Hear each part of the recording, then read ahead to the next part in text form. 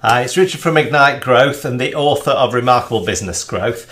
And I just wanted to get on to part 4 of my strategies. The 12 elements that I'm talking about in this video series are all about how to develop a strategy, an effective growth strategy for your business. And I'm going through really how I do this when I'm developing it for a client. And this is usually over a 3-month period. It's about a 12-week period. I do about a week on each of these sections with a client. I work very closely with them and their team to understand each of the sections. Then I go away and pour in my experience as well to really make sure they have a robust strategy that they can execute on a daily basis and make sure they hit those revenue goals, hit that growth, but also develop a remarkable business, something that stands apart from the competition because every touch point has been thought through.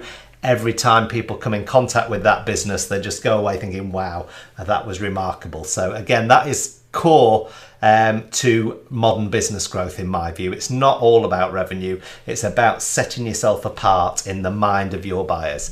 Anyway, the 4th section that I work on with clients, I've done strategic goals, so we've got a very clear revenue goals, we've got strong metrics and KPIs in place, got milestones to get there as well.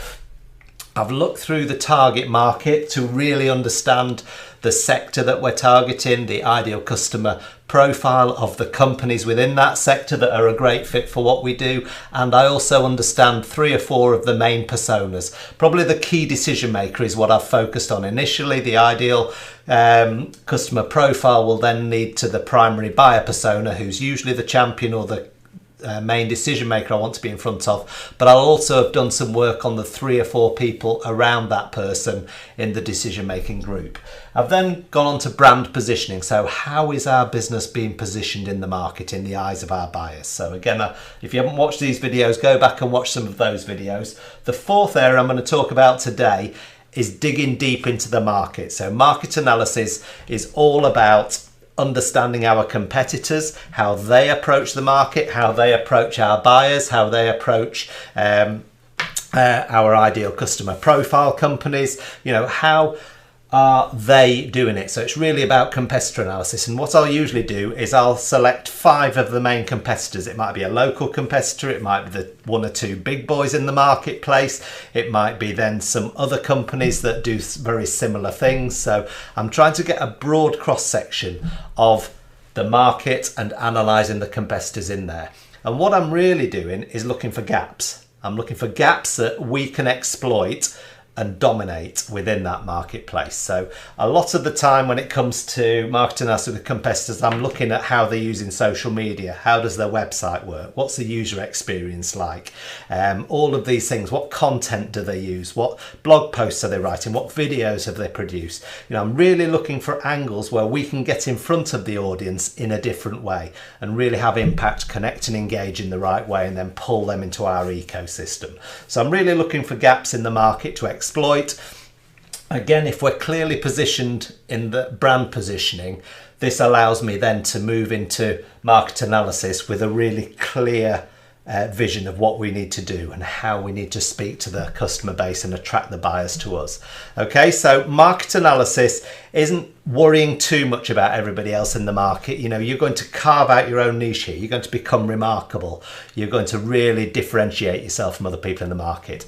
But you also need to be aware of what's happening. What are other people doing? What's working for them? What isn't working for them?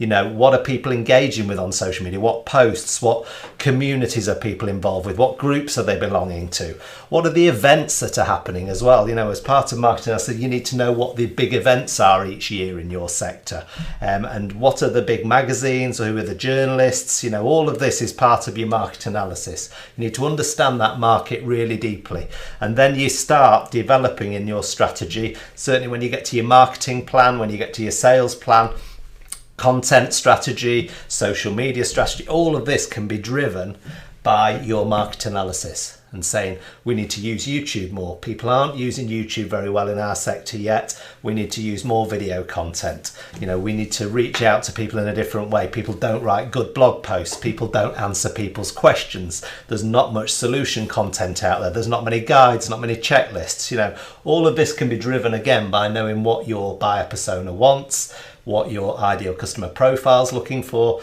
So again, it's really all connected. Of course it is, because as your strategy develops, it will all be connected.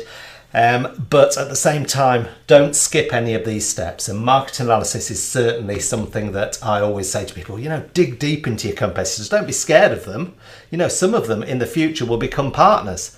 So again, have that partnership mentality, but have a real interest and an obsession with how they're engaging with people and what's working. And then take away what's working and make it even better. Improve it, become remarkable in that area, and you're going to always grow and always beat that competition. And you really want to build that clear differentiation between you and the competition. So to do that, you have to understand what they're doing in the first place. And it doesn't matter if they're a lot bigger than you at the moment.